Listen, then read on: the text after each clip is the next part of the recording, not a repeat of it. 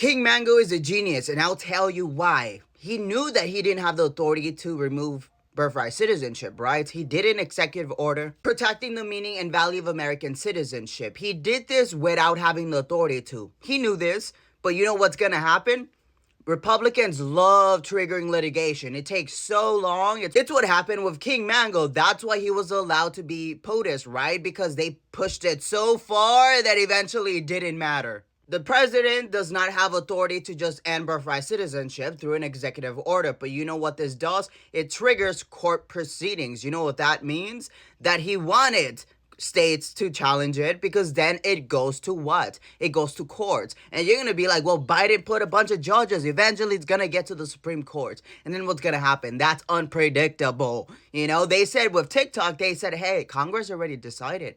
At the bare minimum, they'll probably send it to Congress. And then what does Congress kind of do? They did ban TikTok. We all pretend like Democrats will just go for our public service when in fact they can be bought out. There was Democrats who voted for the TikTok ban who just voted on it because they thought no one else would. This is how they got Roe versus Wade overturned. Little court challenges that eventually led to the Supreme Court. And this is the thing. Try to use litigation that takes really slow to win against Democrats when they have stocked the courts. So it's really odd that we expect for this to work when an illegitimate president is still in the White House, when in fact the Jack Smith report said that he participated in election interference in 2021. That's wild, because we have Amendment 14 Section 3, which means that he's not legitimate. Right now he's playing house in the White House, but let's keep going with this birthright citizenship, because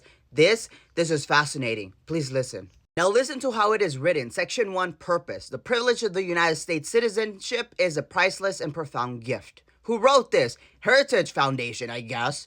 The 14th Amendment states blah, blah, blah. That provision rightly repudiated the Supreme Court of the United States' shameful decision in Dredd versus Sanford, 1857, which misinterpreted the Constitution as permanently excluding people of African descent from eligibility for United States citizenship solely based on their race. Now let's look.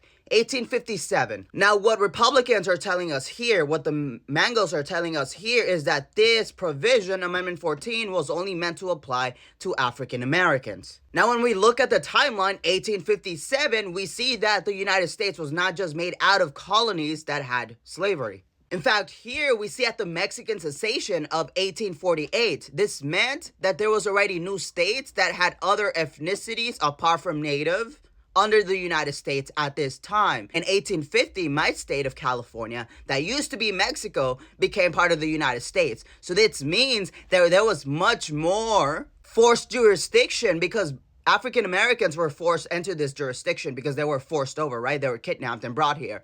You know, Mexicans were forced into the jurisdiction through war, through territory. Yet this story negates that. They position that the 14th Amendment has never been interpreted to extend citizenship universally to everyone born within the United States. Well, the Mexican-American War positioned that you forced Mexicans to live under the United States. So the jurisdiction was forced upon Mexicans as well in California. They seem to forget that while the 13 colonies had all of these other things going on, the Southwest, especially California, has a different history. We were never part of Britain. We would just have a Spanish, a Mexican, American, and obviously a Native American history. The 14th Amendment has always excluded from birthright citizenship persons who were born in the United States but not subject to the jurisdiction thereof. The Treaty of Guadalupe Hidalgo was signed on February 2, 1848, ending the Mexican-American War. The treaty gave 55% of Mexico's territory, including California, Nevada, Utah, New Mexico, and parts of Arizona, Colorado, Kansas, Oklahoma,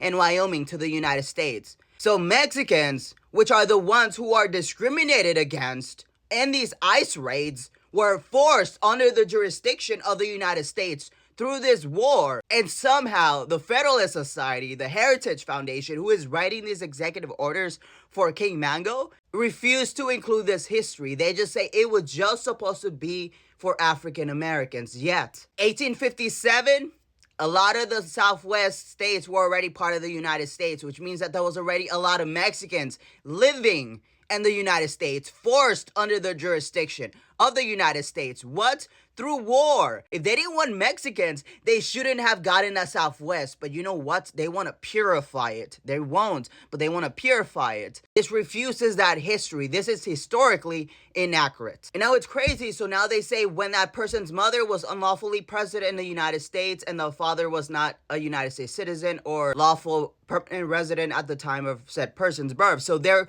doing a lot of things in which citizenship won't be granted to the child, right? This would result in stateless babies. What does that mean? That's illegal under international law. This is why I kind of was paranoid in regards to getting dual citizenship. Britain removed citizenship from some of their British citizens. Why? Because they went to join ISIL. So all a country has to do is say you're a national security threat and they can remove a citizenship as long as you still have one. However, this is truly blind to the reality that historically the communities that will be targeted through such a reality are the ones who are Spanish speaking. I have never been to Mexico. I speak Spanish. I will speak Spanish if an ICE member comes and stop me. I won't show my ID. I won't show my passport. However, they shouldn't come to me because what makes them think I'm illegal if I'm in California? In California, the majority are Latinos. Why? He used to belong to Mexico. It's wild. It's like going to Louisiana and saying, why is there French influence here? Because that's the history. And that's the thing. A lot of these states are like state rights. But when it comes to California, we're diverse. We have a lot of Latino shit. They're just like, why aren't you American? This is America.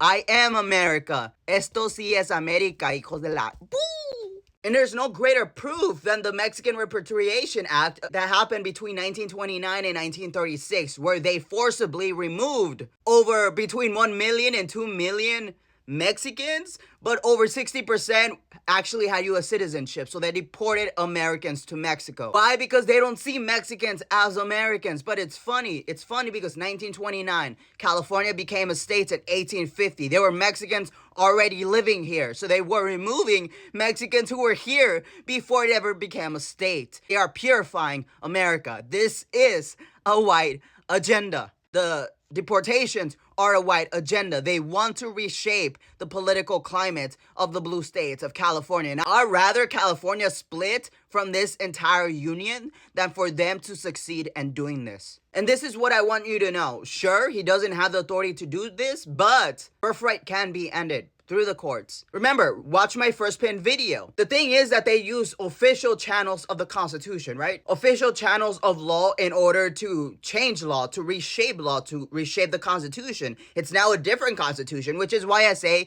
we should have to rejoin it. Or they should remove the illegitimate POTUS. But they're capable of doing this, and the people who tell you that they cannot are just wrong. Because law is only as efficient as it is respected, and it's been proven that it's being changed because we have an illegitimate POTUS. What's going to make them not align with him? This is a legislative and judicial coup, and there's so many things happening, and people are like, Sengael, look what they're doing. Sengael, look what they're doing. I'm not shocked because they told us what they were doing. I don't understand how we're all shocked. The Democratic Party understood all of this. The Republican Party has been screaming all of this for decades. And what did the Democrat Party do? Under the rug, next election, midterms, now we're here. And every day is a decade of litigation that we have to fight to restore. So I want you to know that the longer we get into this, the more realistic it is that we won't see a restored America. I think if we split, we will actually, but we won't see a restored America in our lifetime. At the bare minimum, if we see a better restored America, it's going to be a split one.